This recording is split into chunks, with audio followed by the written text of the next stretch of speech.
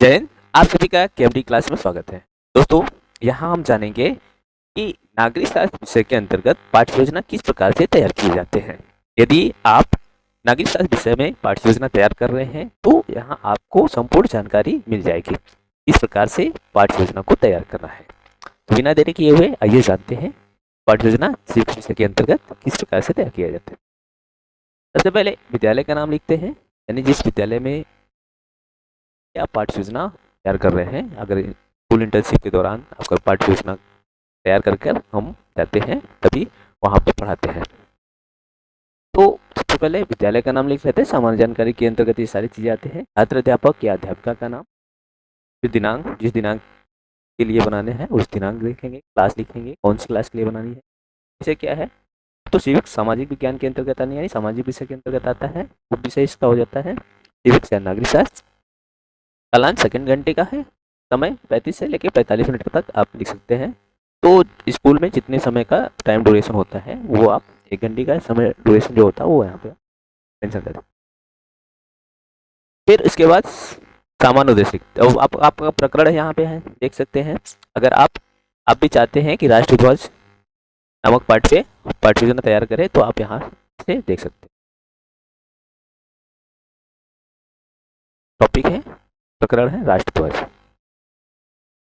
इसके लिए सामान्य उद्देश्य, तो सामान्य उद्देश्य ये जो सिविक्स विषय है यानी सामाजिक विज्ञान जो विषय है उस सामाजिक विज्ञान विषय के से संबंधित विद्यार्थियों में कौन कौन सी क्षमताएं डेवलप होंगी। जैसे छात्रों में विषय के प्रति रुचि उत्पन्न होगा, छात्रों में मानसिक शक्तियों का विकास होगा, छात्रों में सामाजिक गुणों का विकास होगा, छात्रों में राष्ट्रीयता की भावना का विकास होगा, छात्रों में लोकतांत्रिक दृष्टिकोण का विकास होगा, छात्रों में वैज्ञानिक दृष्टिकोण का विकास होगा, छात्रों में आलोचनात्मक चिंतन का विकास होगा। ये सारी चीजें सामान्य उद्देश्य के अंतर्गत आ जाती हैं।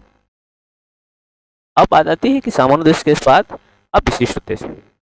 तो विशिष्ट उद्देश्यों को 3 तरह से लिखा जाता है, ज्ञानात्मक, बोधात्मक और क्रियात्मक या प्रयोगात्मक। ज्ञानात्मक के अंतर्गत छात्र, यानी हमारा जो टॉपिक था राष्ट्रध्वज, राष्ट्रध्वज के रंगों का क्रम को पहचान सकेंगे, यानी छात्र ध्वज क्या है उसको पहचान सकेंगे, उसको परिभाषित कर सकेंगे।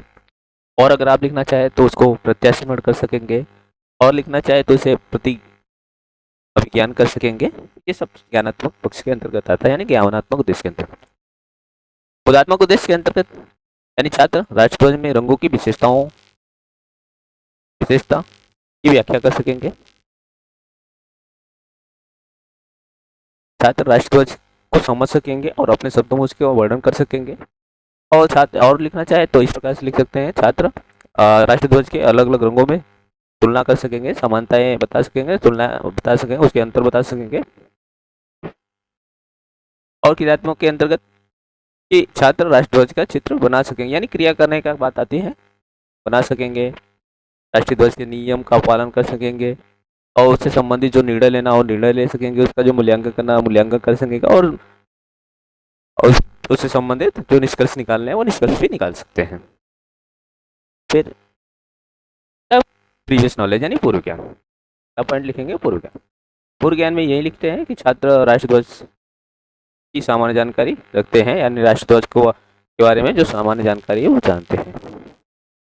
फिर सहायक सामग्री, चाक, डस्टर और कक्षा उपयोगी जो भी सामग्री है वो कक्षा उपयोगी सामग्री। जैसे अगर आप राष्ट्रध्वज का यहाँ पे चित्र लाना चाहे तो वो भी ला सकते हैं, कोई मॉडल लाना चाहे तो वो भी ला सकते हैं इत्यादि।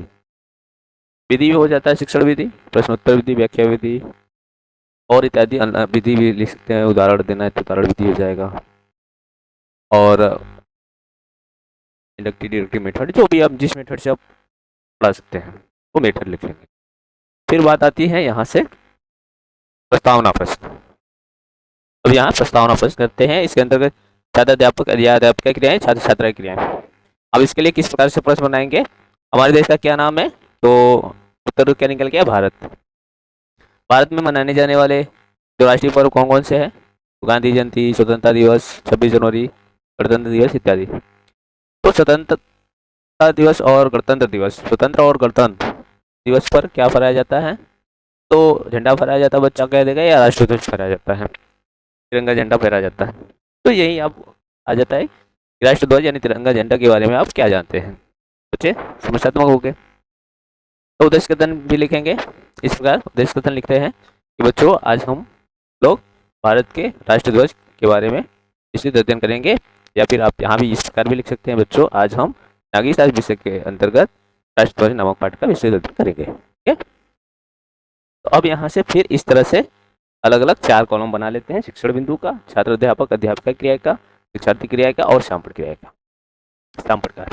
इस तरह से आप 4 कॉलम बना लेंगे। तो यहाँ पे राष्ट्रध्वज के बारे में स्पष्टीकरण देना है, राष्ट्रध्वज क्या है, ये सारी चीजें यहाँ स्पष्टीकरण दे देंगे। तो और इसके बाद विद्यार्थी क्रियाओं के अंतर्गत आप लिख देंगे कि छात्र ध्यानपूर्वक सुनते हैं, समझते हैं और जरूरत पड़ने पर अपने उत्तर पुस्तिका में लिखते भी हैं। जब आप स्पष्टीकरण दे रहे हैं तो आपने अगर टेलम बना के लाया, राष्ट्रध्वज का तिरंगा लाया है बनाकर, ठीक है, राष्ट्र तिरंगा बना के लाया है, या फिर आप नहीं भी बना के लाया है तो यहाँ पे शामपठ भी आप बना सकते हैं। तो आप जब स्पष्टीकरण देते हैं तो आप शामपठ यूज कर सकते हैं। तो यहाँ पे कुछ चीजें आप बना सकते हैं।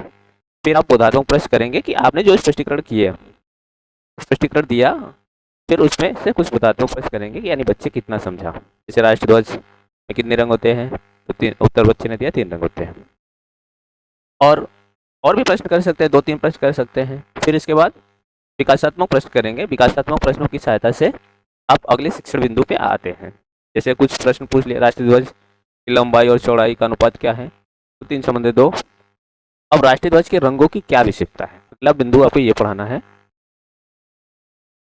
तो पूछ लिया राष्ट्रीय ध्वज के यानी राष्ट्रध्वज के रंगों की क्या विशेषता है, तो बच्चे ने नहीं बता पाए यानी समस्यात्मक हो गया। तो यानी आप अपने शिक्षण सेकंड शिक्षण बिंदु पे आ गए, रंगों की विशेषता। तो आप रंगों की विशेषता के बारे में स्पष्टीकरण दे रहे हैं।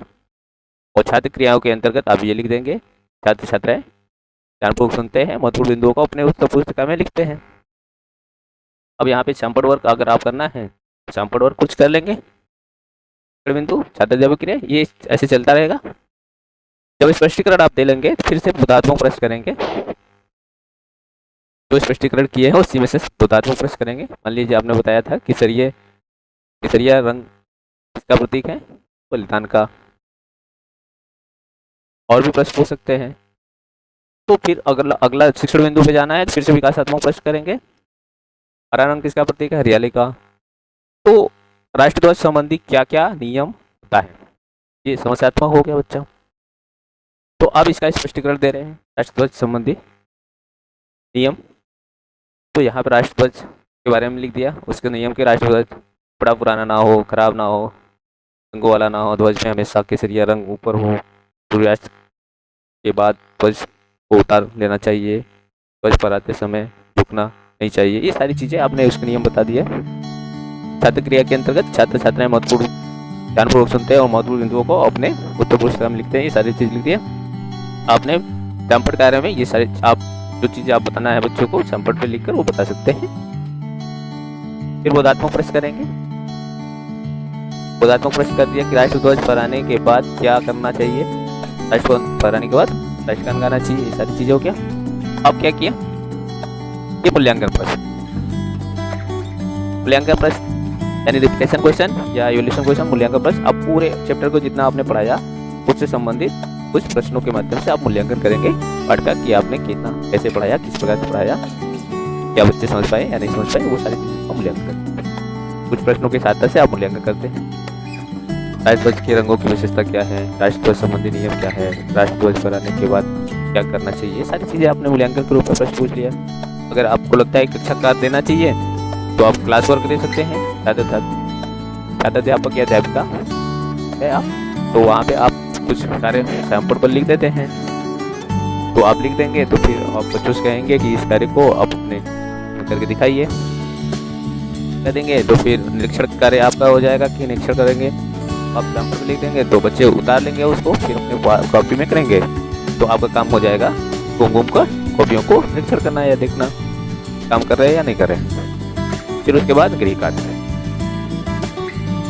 होमवर्क। अब लास्ट में होमवर्क देते हैं बच्चों को, और ये डिपेंड करता है कि आप कितने होमवर्क दे सकते हैं, 1-2 क्वेश्चन के रूप में, या क्या कह सकते हैं किसी भी चीज़ को, या निबंध के रूप में आप कह सकते हैं कि राष्ट्रध्वज पे निबंध लिख कर लाइए। कुछ सारी चीज़ें आप होमवर्क लास्ट स्टेप है, होमवर्क देकर कंप्लीट करते हैं।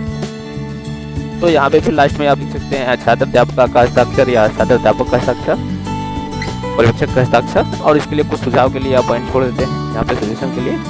आप जब पाठ्य योजना बनाते हैं पढ़ाते समय जो ऑब्जर्वर होता है वो आपको सुझाव देता है फीडबैक के रूप में। तो इस प्रकार इस विषय के अंतर्गत पाठ्य योजना निर्माण किया जाता है या बनाया जाता है।